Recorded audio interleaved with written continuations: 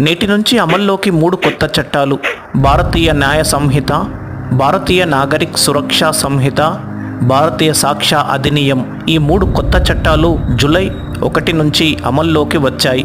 దేశంలో అమలవుతున్న Indian penal code, criminal procedure code, Indian evidence act స్థానంలో ఇవి అమలు కానున్నాయి.